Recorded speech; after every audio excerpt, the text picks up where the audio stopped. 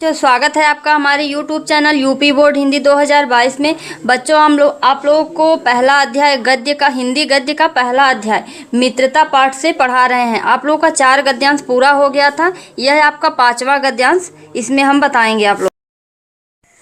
चलिए फिर 5वां गद्यांश पढ़ाना स्टार्ट करते हैं। सुंदर प्रतिमा, मनभावनी चाल और स्वच्छंद प्रकृति, ये ही 2-4 बातें देखकर मित्रता की जाती है। पर जीवन संग्राम में साथ देने वाले मित्रों में इनमें से कुछ अधिक बातें चाहिए। लेखक कहते हैं कि सच्चा मित्र किसे कहा जाए। सामान्यतः ज़्यादातर लोग मित्र का चयन करते समय उसका सुंदर रंग रूप, आकर्षक चाल ढाल और उसकी स्वतंत्र प्रवृत्ति से प्रभावित होकर ही उसे अपना मित्र बना लेते हैं। उसके क्रियाकलाप उन्हें इतना आकर्षित करते हैं कि वो उसके गुणों व अवगुणों की तरफ उनका ध्यान जाता ही नहीं है। लेकिन यह बात गलत है। जीवन रूपी कर्म क्षेत्र में साथ देने वाले मित्रों में इतने ही गुण होना पर्याप्त नहीं है। देखिए बच्चों, कभी भी मित्र बनाइए, पहले उसका सब कुछ देखिए कि वह कैसा है, उसके गुण कैसे हैं, फिर आप उसको मित्र बनाइए। ये 2-4 बातें देखकर अगर आप मित्र बना लेंगे तो वह सही नहीं है। मित्र केवल उसे नहीं कहते जिसके गुणों की तो हम प्रशंसा करें, जिससे हम स्नेह न कर सकें, जिससे अपने छोटे मोटे काम तो हम निकालते जाएं पर भीतर ही भीतर घृणा करते रहें। मित्र सच्चे पथ प्रदर्शक के समान होना चाहिए, जिस पर हम पूरा विश्वास कर सकें।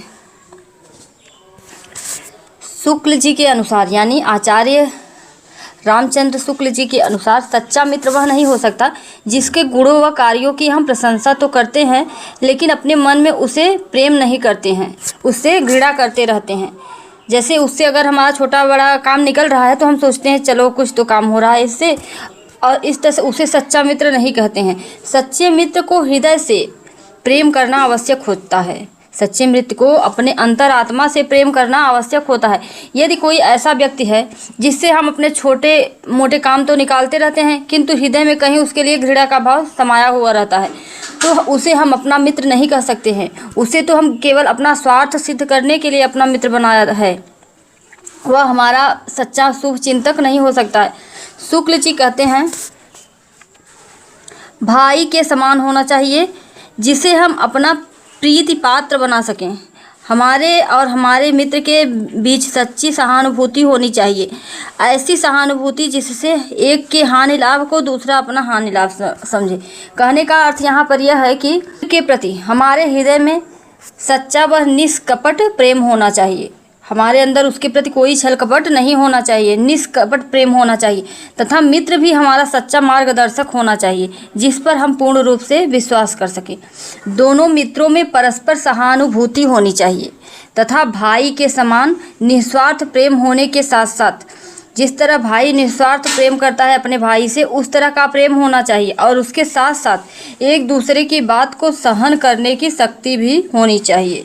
तो वह अगर कभी कुछ बोल देता है तो उसको आप सहन कीजिए, और अगर कभी आप बोल दे रहे हैं तो उसको सहन करना चाहिए। मित्रता में दोनों मित्रों में ऐसे गुण होने चाहिए कि वे एक दूसरे के हानि लाभ को अपना ही हानि लाभ समझे और एक दूसरे के सुख दुख को अपना ही सुख दुख मानकर उसकी सहायता को सदैव तत्पर रहें। मित्रता ऐसी होनी चाहिए।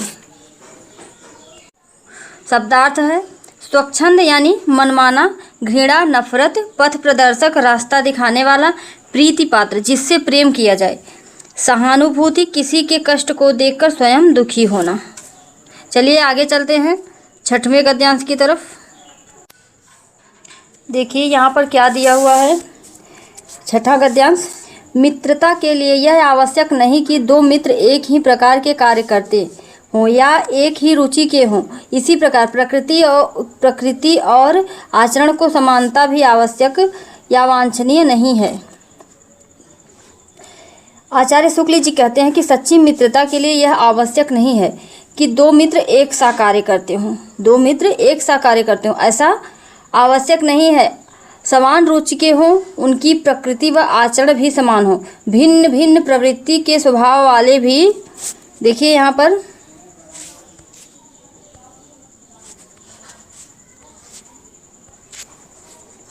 2 भिन्न प्रकृति के मनुष्यों में बराबर प्रीति और मित्रता रही है। राम धीर और शांत प्रकृति के थे, लक्ष्मण उग्र और उद्धत स्वभाव के थे, पर दोनों भाइयों में अत्यंत प्रगाढ़ प्रेम था। उदार तथा उच्चाशय कर्ण और लोभी दुर्योधन के स्वभाव में कुछ विशेष समानता न थी, पर उन दोनों की मित्रता खूब निभी। अब देखिए, दो भिन्न प्रवृत्ति व स्वभाव वाले व्यक्ति भी आपस में मित्र हो सकते हैं। उसके लिए महत्वपूर्ण बात यह है कि उनमें आपस में सहानुभूति की भावना अवश्य होनी चाहिए। यदि ऐसा है तो भिन्न प्रवृत्ति व आचरण वाले व्यक्ति भी सच्चे मित्र सिद्ध हो सकते हैं। जैसे देखिए, लेखक ने 2 एग्जाम्पल दिए हैं, इसी में गद्यांश में लेखक ने 2 एग्जाम्पल दिए हैं। तो वह क्या है? श्री राम लक्ष्मण व कर्ण दुर्योधन की मित्रता सच्ची मित्रता के साक्षात उदाहरण है। श्री राम लक्ष्मण और कर्ण दुर्योधन सच्ची मित्रता के साक्षात उदाहरण हैं। उन दोनों में श्री राम कितने धीर गंभीर स्वभाव के थे और लक्ष्मण कितने चंचल और उग्र व उद्धत स्वभाव के थे, लेकिन स्वभाव की भिन्नता होने पर भी उनमें घनिष्ठ स्नेह था कि नहीं था? बिल्कुल था। इसी प्रकार से कर्ण वीर साहसी होने के साथ साथ उच्च विचारों वाले गंभीर व दानी स्वभाव के थे, जबकि दुर्योधन स्वार्थी व लोभी था। फिर भी उन दोनों की मित्रता जीवन के अंतिम क्षणों तक भी अटूट रही, यानी बनी रही। अतः यह सिद्ध होता है कि एक सी रुचि व स्वभाव के लोगों में ही मित्रता नहीं, बल्कि अलग अलग स्वभाव के लोगों में भी मित्रता हो सकती है। व्यक्ति चाहता है कि जो गुण उसमें नहीं है, उन्हीं गुणों से युक्त व्यक्ति से मित्रता बढ़ाई जाए, जिससे जीवन में कठिन समय आने पर उसे सहायता व मार्गदर्शन प्राप्त कर सके। जो गुण हम में नहीं है, हम चाहते हैं कि कोई ऐसा मिल जाए जिसमें वे गुण हो। चिंताशील मनुष्य प्रफुल्लित चित्त का साथ ढूंढता है, निर्बल बलि का, धीर उत्साही का, उच्च आकांक्षा वाला चंद्रगुप्त युक्ति और उपाय के लिए चाणक्य का मुंह ताकता था। नीति विशारद अकबर मन बहलाने के लिए बीरबल की ओर देखता था। अब इसमें देख लीजिए, यहाँ पर वांछनीय, इच्छित, धीर, धैर्यशाली, उद्धत, उत्तेजित, प्रगाढ़ का, धनिष्ठ, उदार, दयावान या फिर दयालु, उच्चाशय, ऊंचे विचारों वाला, प्रफुल्लित, प्रसन्न। अंततः यह सिद्ध होता है कि एक सी रुचि व स्वभाव के लोगों में मित्रता नहीं हो सकती है, बल्कि समाज में इसके विपरीत 2 भिन्न दृष्टिकोण रखने वाले व्यक्तियों में भी मित्रता देखने को मिलती है। व्यक्ति चाहता है कि जो उसमें गुण नहीं है वह उसमें मित्र में होने चाहिए, जिससे जीवन में कठिन समय आने पर वे उनकी सहायता व मार्गदर्शन प्राप्त कर सके। इसलिए कमजोर व्यक्ति बलशाली का और धैर्यशाली व्यक्ति उत्साही व वीर का तथा चिंतनशील, गंभीर, प्रसन्न चित्त रहने वाले व्यक्ति का साथ ढूंढता है, ताकि वह भी कुछ समय के लिए चिंता मुक्त व प्रसन्न चित्त रह सके। यहाँ पर कहने का अर्थ यह है कि देखिए, कभी कभी क्या होता है कि जैसे कोई गरीब है तो किसी अमीर की दोस्ती उसकी हो गई, तो वह सोचता है चलो कभी काम आएगा तो कुछ साथ दे देगा, काम हो जाएगा। तो इस तरह से भी लोग दोस्ती कर बैठते हैं, लेकिन दोस्ती ऐसी नहीं होनी चाहिए। इसी बात को आचार्य जी ने कुछ उदाहरण देकर समझाने का प्रयास किया है कि उतनी उच्च आकांक्षा वाला तथा महान सम्राट होने पर भी चंद्रगुप्त उचित युक्तियों, नीतियों व उपायों के लिए कूटनीतिज्ञ चाणक्य से परामर्श किया करते थे। इसी प्रकार नीति निपुण कहे जाने वाले अकबर भी अपना मन बहलाने के लिए तथा मनोरंजन के लिए बीरबल का साथ ढूंढते थे तथा उसे अपना हितैषी व मित्र समझते थे, क्योंकि बीरबल चंचल स्वभाव के थे और हंसमुख व्यक्ति थे। दोनों के चरित्र की यह भिन्नता ही उनकी मित्रता का आधार बनी। तो यहाँ पर यह सिद्ध होता है कि 2 अलग अलग दृष्टिकोण के व्यक्ति भी मित्र रह सकते हैं। मित्र का कर्तव्य इस प्रकार बताया गया है, उच्च और महान कार्य में इस प्रकार सहायता देना, मन बढ़ाना और साहस दिलाना कि तुम अपनी निज की सामर्थ्य से बाहर काम कर जाओ। यह कर्तव्य उसी से पूरा होगा जो दृढ़ चित्त व और सत्य संकल्प का हो। इससे हमें ऐसे ही मित्रों की खोज में रहना चाहिए जिनमें हमसे अधिक आत्म बल हो।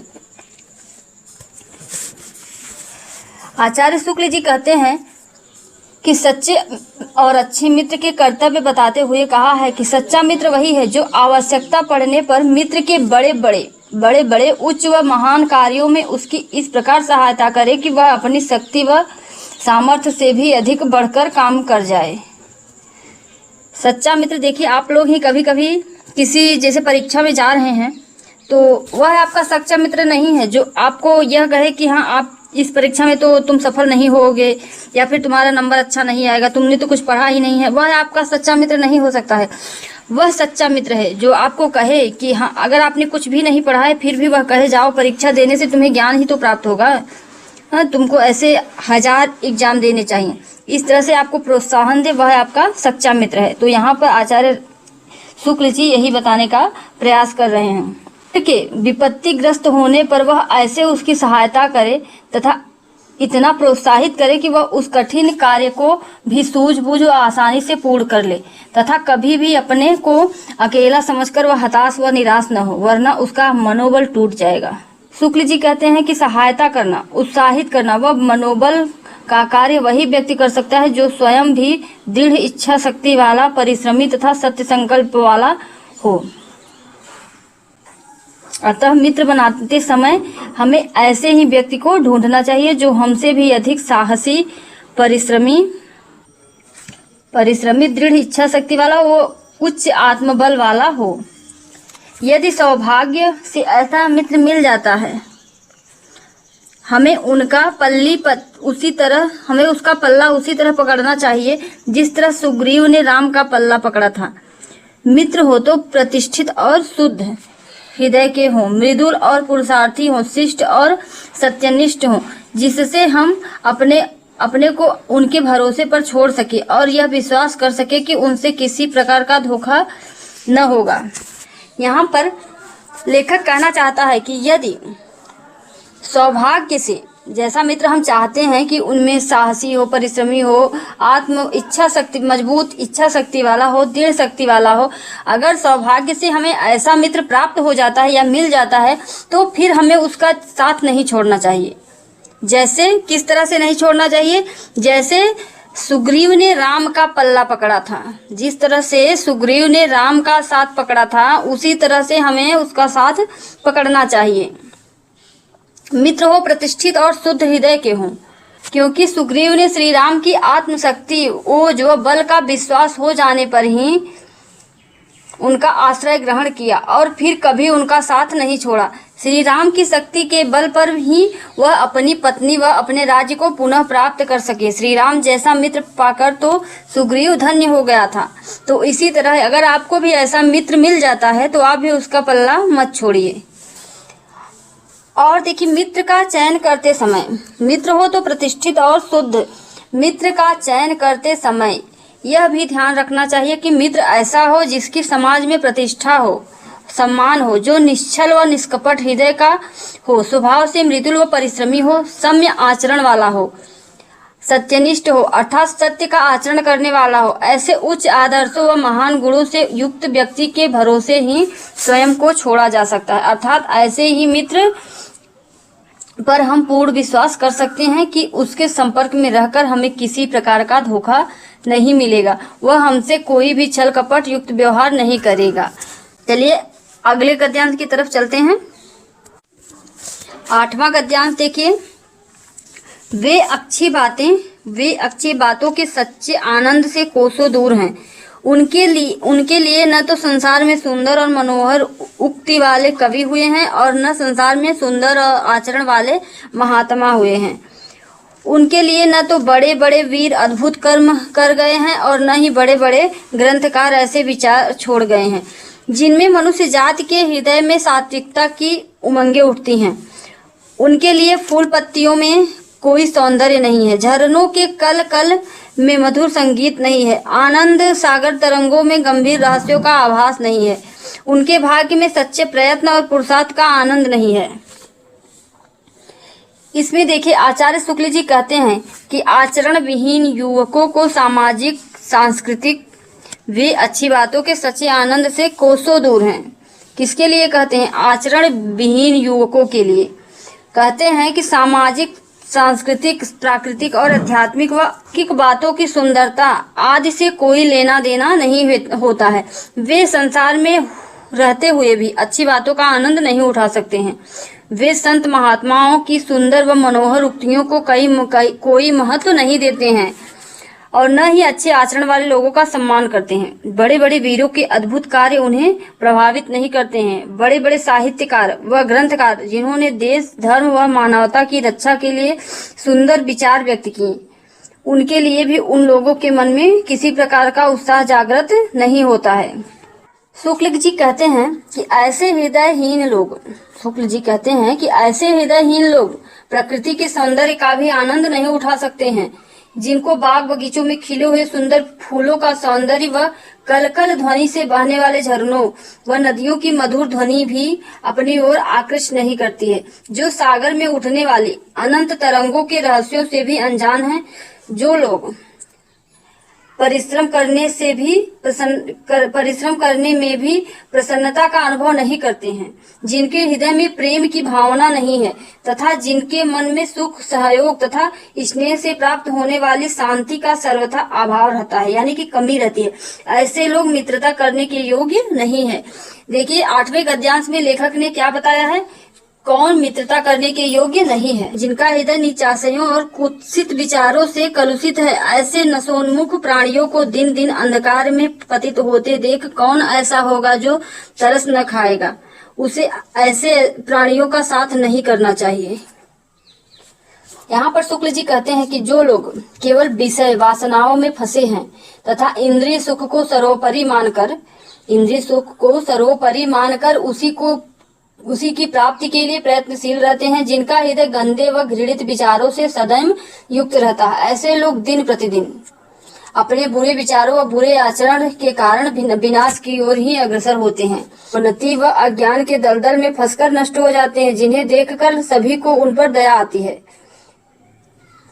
जब कोई भी व्यक्ति गलत कार्य करता है और उसके बाद वह अवनति अज्ञान के दलदल में फंसता है, तो उनको देखकर लोगों को दया आती है कि देखिए ये इस तरह से, लेकिन उनके पिछले कर्मों को कोई नहीं देखता है कि उन्होंने क्या करके इस दलदल में फंसे हुए हैं। ऐसे विनाश व पतन की ओर जाने वाले लोगों के साथ कभी भी मित्रता नहीं करनी चाहिए, क्योंकि वे अपने गंदे विचारों से दूसरों को केवल मार्ग से भटका ही सकते हैं। ऐसे भ्रष्ट आचरण वाले व्यक्ति का साथ नहीं करना चाहिए। अद्भुत आश्चर्य कर्म कार्य सात्विकता, सात्विक होने के भाव, अर्थ मेहनती, इंद्रिय विषयों, भौतिक सुख, कलुषित, अपवित्र। उसके बाद 8वां गद्यांश हमारा पूरा हुआ। अब हम अपना 3 गद्यांश इसमें और बचे हैं 9, 10, 11। यह 3 गद्यांश हम अगले भाग में देंगे। आपका यह 3 भाग में दिया जा रहा है। मित्रता पाठ का व्याख्या आपको 3 भाग में दिया जा रहा है, जिसको कि 4 गद्यांश एक वीडियो में हमने दिया और 4 गद्यांश एक वीडियो में, और फिर 3 गद्यांश एक वीडियो में देंगे। तो 9, 10, 11 अगले वीडियो में आपको दिया जाएगा। धन्यवाद बच्चों।